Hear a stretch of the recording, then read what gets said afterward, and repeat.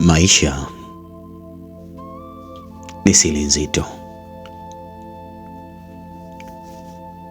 Kwenye maisha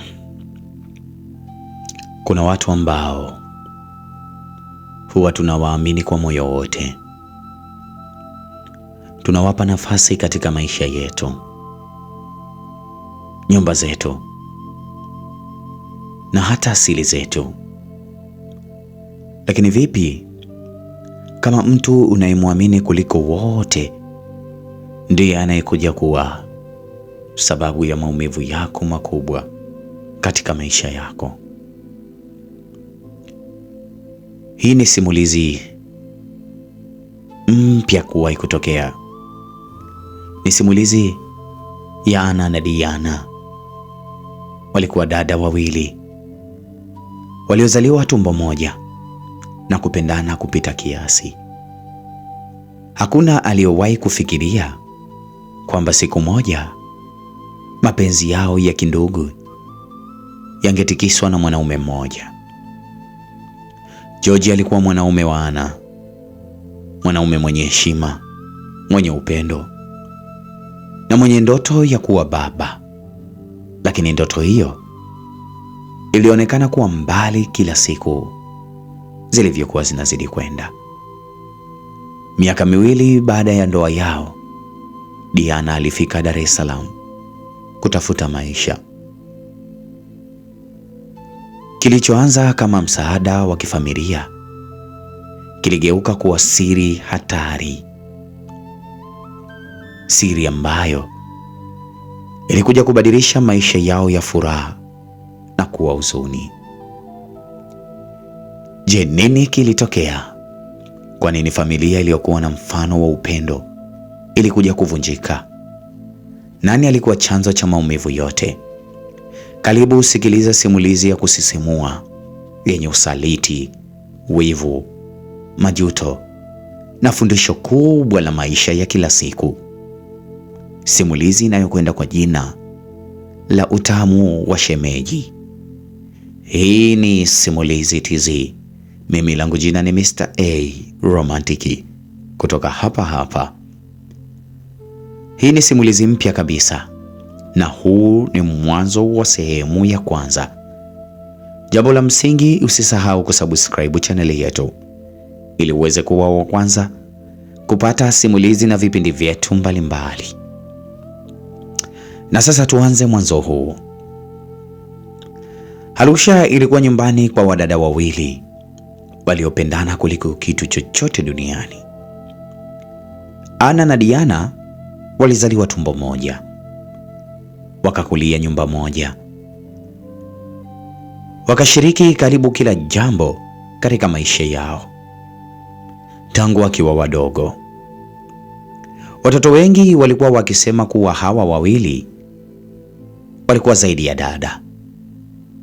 Walikuwa marafiki wa kweli. Anna alikuwa mkubwa kwa dakika chache tu, lakini tabia yake ilikuwa tofauti kabisa na ya Diana. Anna alikuwa mtulivu, mwenye busara na aliyependa kupanga mambo kwa wakati na hata maisha yake kwa umakini mkubwa. Diana alikuwa mchangamfu, mcheshi na aliyependa kufurahi maisha yote. Popote alipokuwa Diana, kicheko hakikosekani.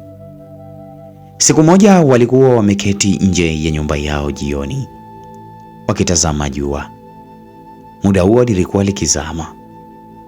Anna, Diana aliita huku akitabasamu. Na mdogo wangu, niambie, siku ukiolewa usisahau ndugu yangu, usinisahau kabisa. Anna alicheka kisha akamweleza, umeona ile jua linavyozama, lakini pia asubuhi linachomoza. Hivyo katika maisha yetu, kama nitakuwa wa kwanza kutoka, nitakuwa tu kama jua linalozama, lakini kesho yake nitachomoza yaani nitakufuata. Basi walikumbatiana, wakionyesha ishara ya upendo wa dhati katika maisha yao. Diana alitabasamu kwa furaha mno, kwa furaha isiyo ya kawaida. Miaka ilipita haraka. Ana alimaliza masomo yake na kuanza kufanya kazi katika kampuni moja ya utalii jijini Arusha huko.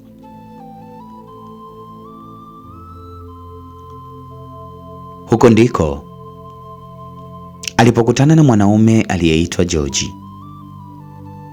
George alikuwa kijana mwenye heshima, mwenye bidii na aliyekuwa akijitahidi kujenga maisha yake.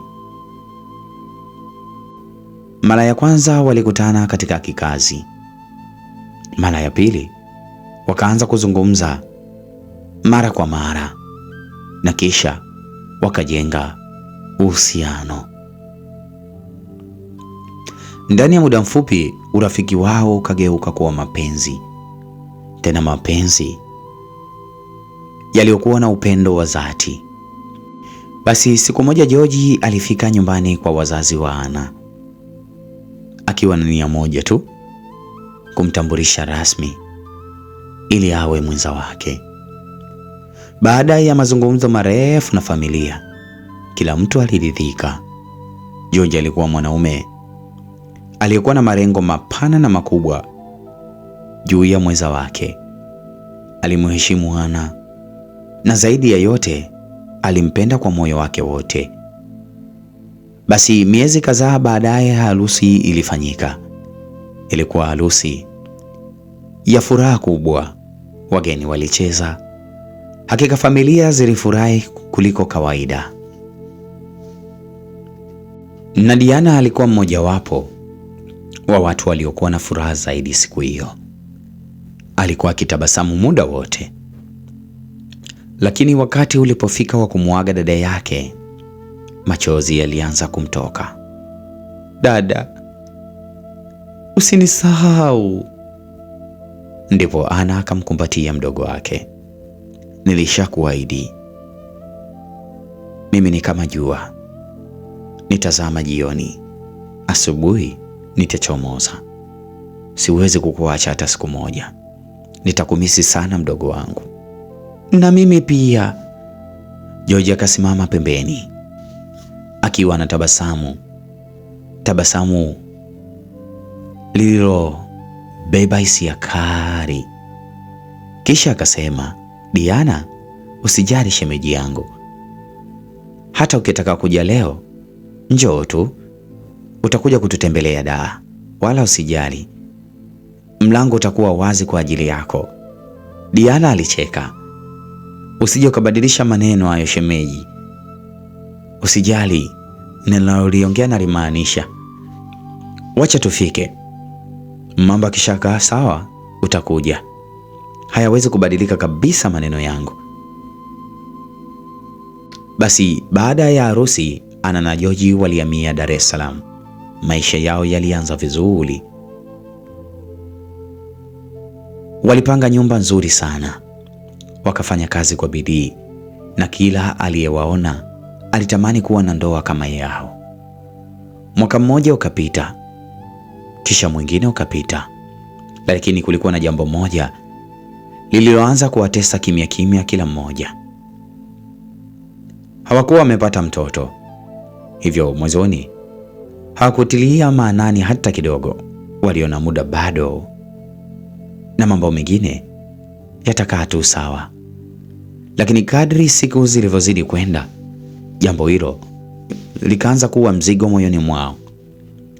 George mara nyingi alikuwa akikaa kimya. Ana naye alikuwa akijaribu kujifanya mwenye furaha, lakini ndani kabisa walikuwa wanateseka. Usiku mmoja walikuwa wameketi sebuleni. George alikuwa akitazama runinga bila hata kufuatilia kinachoendelea. Ana akamtazama. Mbona kama una mawazo sana siku hizi mme wangu? George akavuta pumzi ndefu kisha akasema, Kila kitu kiko sawa mama, wala usijali. Unasema hivyo lakini sioni kama uko sawa. George alitabasamu kwa shida, kisha akasema, labda ni uchovu tu mpenzi. Ana hakulazimisha mazungumzo, lakini alijua fika kulikuwa na kitu kinamsumbua,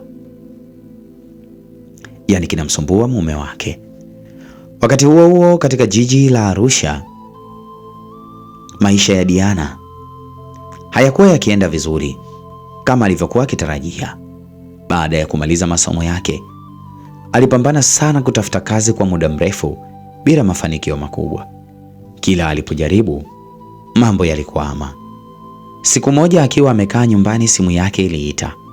Ilikuwa Ana. Diana, unaendeleaje mdogo wangu? Niko poa dada. Kuna nini? Mbona sauti yako imechoka? Diana alisita, kisha akasema, maisha yamekuwa magumu dada.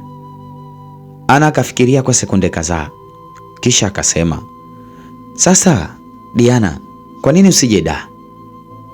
Ndiyo, njoo uje kuanza maisha mapya, tutakusaidia mpaka usimame mwenyewe. Diana alikaa kimya kidogo, hakutarajia kusikia maneno hayo. Dada, unachokisema una uhakika 100% mdogo wangu?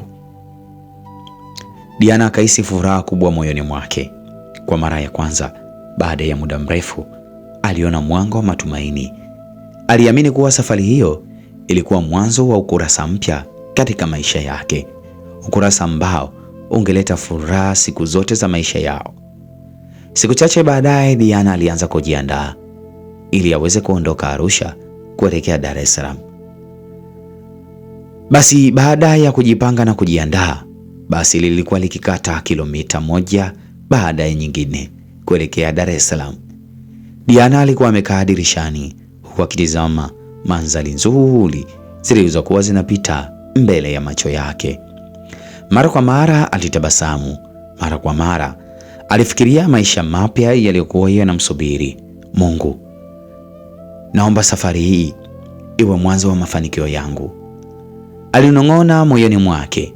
Baada ya saa kadhaa za safari, hatimaye basi liliingia katika jiji la Dar es Salaam, mji uliokuwa mkubwa kuliko alivyouzoea, kuliko alivyozani.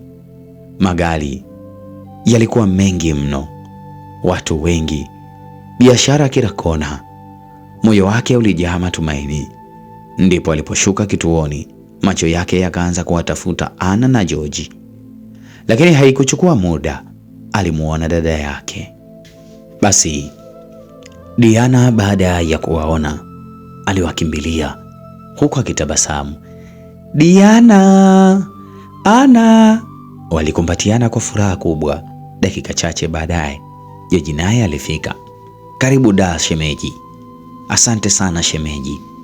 George akachukua begi lake. Twendeni nyumbani tafadhali. Safari ya kuelekea nyumbani ilijaa mazungumzo na vicheko vingi. Diana alikuwa akisimulia maisha ya Arusha. Alikadhalika Ana naye alikuwa akisimulia maisha ya Dar. Na George alikuwa akiwacheka kila walipokuwa wanakumbuka matukio yao ya zamani. Kwa mara ya kwanza baada ya muda mrefu kukutana, hapo ndipo Diana alihisi kama alikuwa nyumbani. Walipofika nyumbani, Diana alishangazwa sana na nyumba. Nyumba ilikuwa nzuri, yaani ilikuwa nzuri kuliko kawaida. Ilikuwa safi, tulivu, na ilionyesha wazi kuwa Ana na George walikuwa wamejitahidi sana kujenga maisha yao. Wow, Diana alisema. Karibu kwako, Ana akajibu.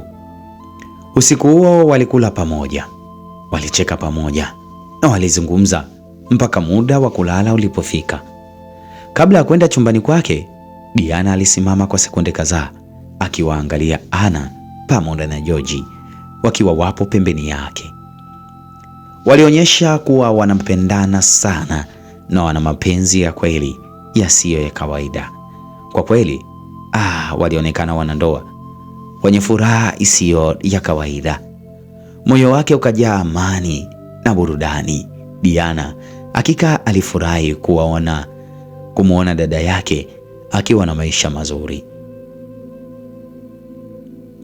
Basi wiki ya kwanza ilipita haraka. George alianza kutumia muda wake mwingi kumsaidia Diana kutafuta kazi.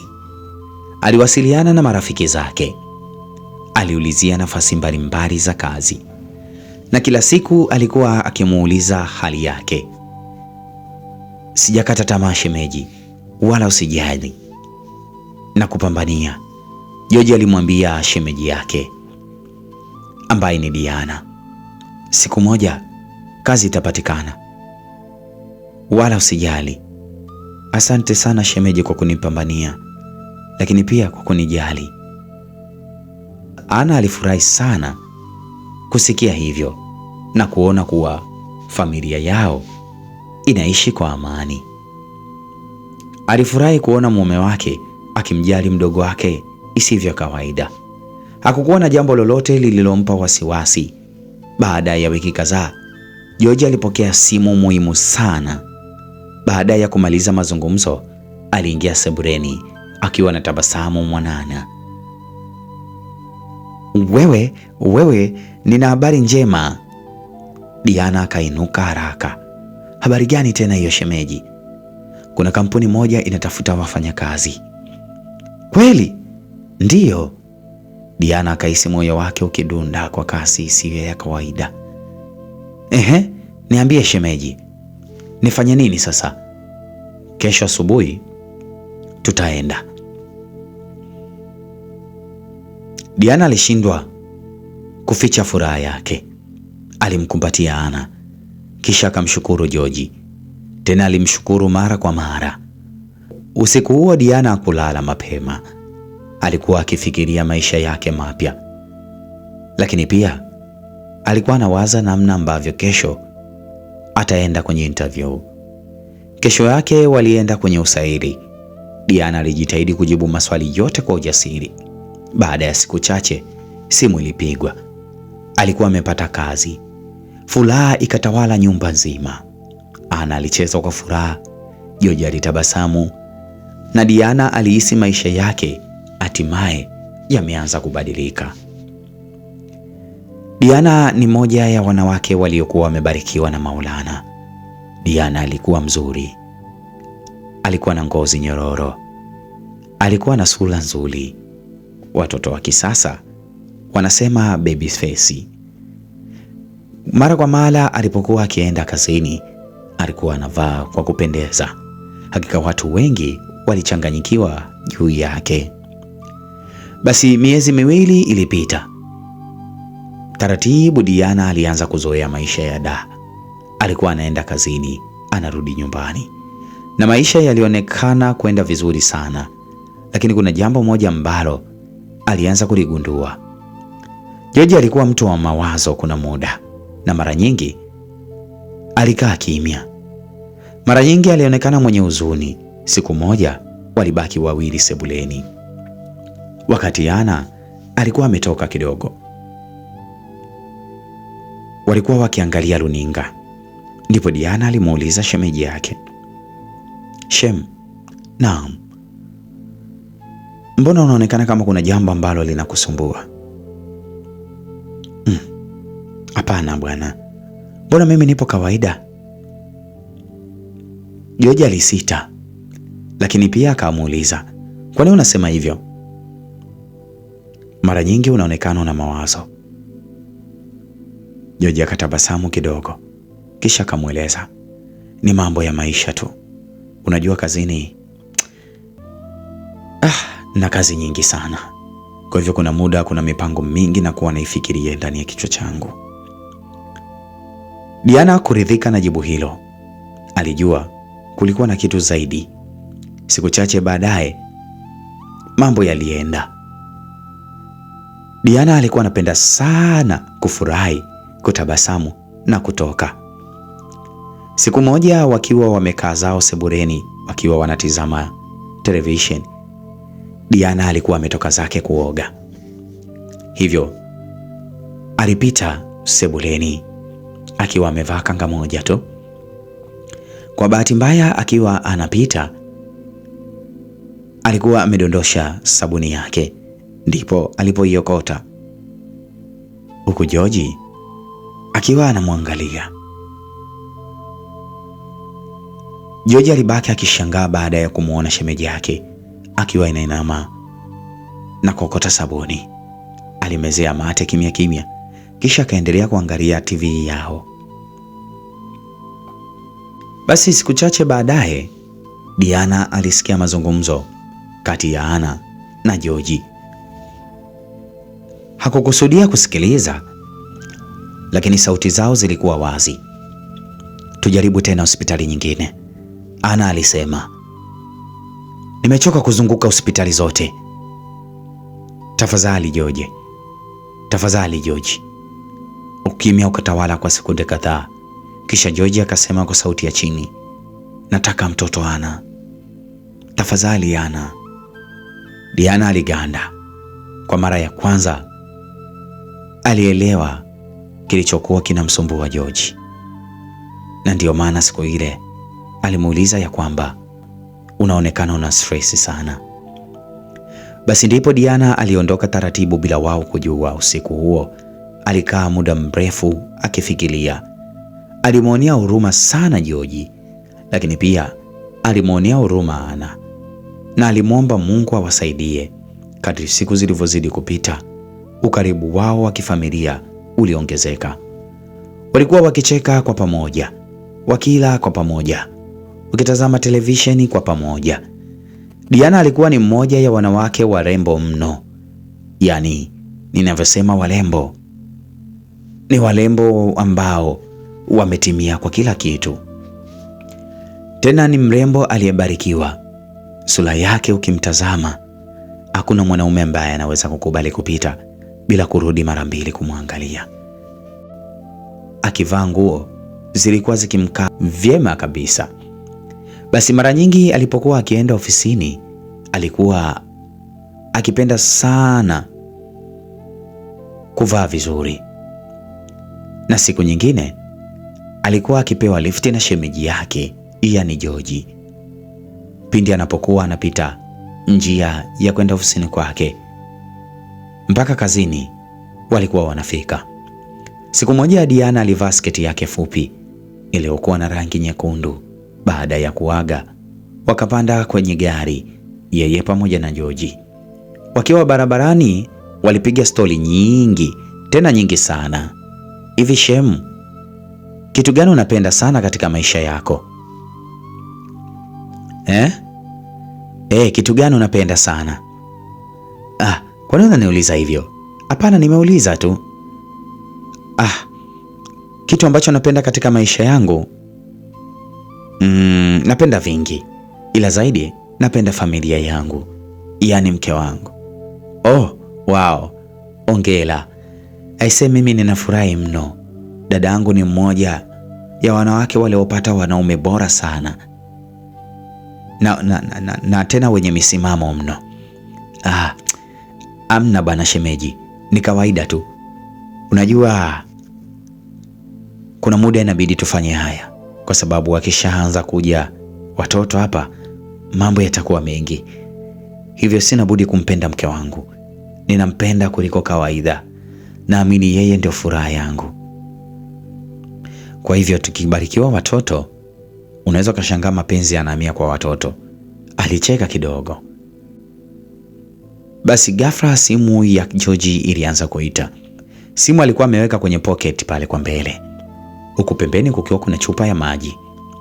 Basi wakati huo ulipofika, simu ikiwa inaita, alitaka kuichukua simu bila kuangalia.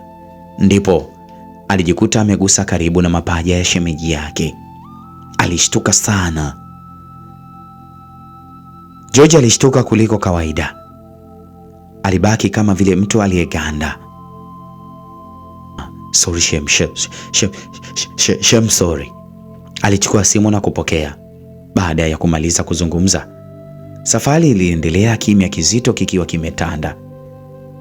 Tena kilipita kwa muda kidogo, huku George akimwangalia Diana kwa kuibiaibia, yani kwa macho ya wizi.